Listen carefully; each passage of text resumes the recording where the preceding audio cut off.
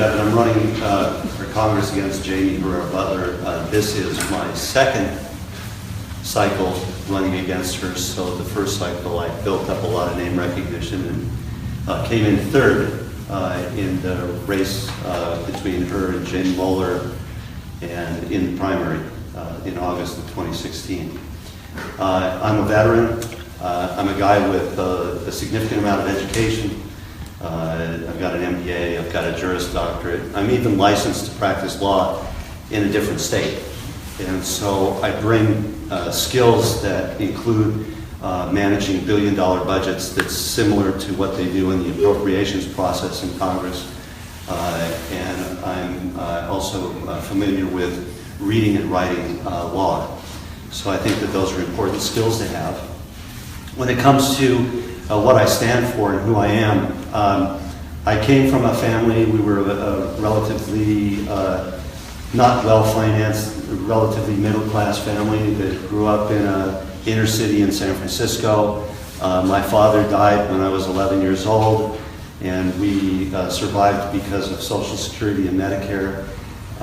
And I was able later to go into the Army because I didn't have the kind of funding that was going to be necessary to continue my education, and I wasn't even quite sure what I wanted to do. And so the military afforded me that. I was involved in the Cold War in Europe, and so I was fortunate in some ways, but overall I'd say that the military was a good experience for me. I got out, I came back, I went to school, worked really hard, ended up getting a corporate job where I worked 80 hours a week or so, oftentimes, more often than not, and I never got paid for a lot of the overtime that I worked.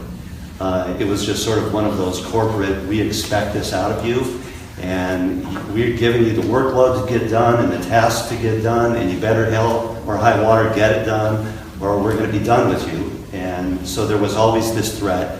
In fact, I had managers that would tell me, if you can't get the job done, don't worry, your replacement will.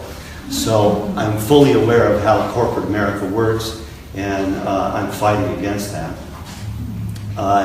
When it comes to kind of the things that I'm standing for, you know, what the current administration is doing is it's doing everything it can to take away those things that we regard as our protections. The EPA, the Department of Education, Medicare, Medicaid, Social Security. They're trying to degrade all of those things.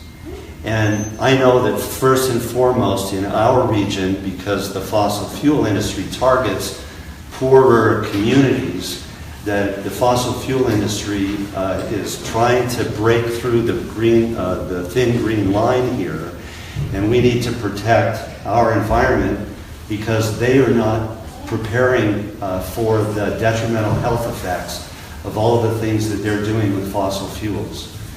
But even more importantly than that, I understand that we need jobs, so we need to work hard to bring green jobs, healthy jobs, to our communities so that we can do a better job of embellishing the economic environment that we live in. And one of the things that I think is going to be highly beneficial in the long run, and this is a very long-term kind of a problem, is the transportation and infrastructure issues that we contend with. They're already dealing with it up in Tacoma and around this Puget Sound. We've done a very poor job of dealing with it down here in southwestern Washington. And we need to get the problem between Clark County and Multnomah counties and Oregon settled so that we can have a joint powers agreement. In the long run, once we get that resolved, I think we'll be primed to be able to have commuter rail so that people that work in Olympia could actually take a high-speed rail or a commuter rail into Olympia, but live here and bring their earnings back to Centralia and Chehalis and improve the economy here. So those are a number of things that I stand for. As you probably surmise, a congressional campaign is expensive. Jamie Herrera Butler routinely raises $1.5 to $2 million. And we believe that we have to raise at least that much or more. We think that the best way to do that is to have large numbers of people contributing $10 each month or $20 each month or some other amount that you're comfortable with. And if you'd like to do that, you can reach out to me through my website. That's mcdevittforcongress.com. If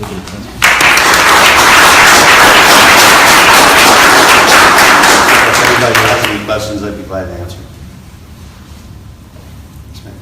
In your previous run against Jamie Herrera Butler, what would be the one thing that you would change now that you didn't think of the first time? Well, the first time I ran, I started really late. I've already changed that. I started in November last year. The other thing I would change is I would place a completely different emphasis, and I am, on the way I'm approaching fundraising. Fundraising is critical in this race. I don't anticipate Jim Moeller jumping back into the race. He's pretty much said that he wasn't planning to do that.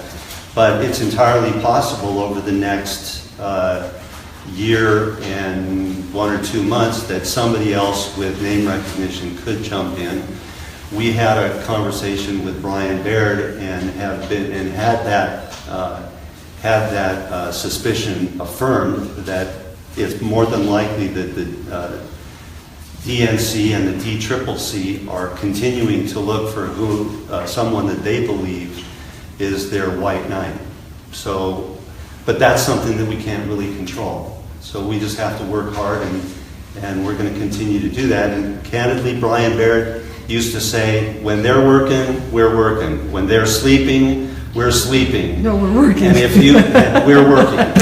When they're sleeping, we're working. And if you need to sleep, don't worry, you can do that when you're dead. That came off of a quote from a couple of guys that had climbed Mount Everest, and they wanted to do it in a really short period of time.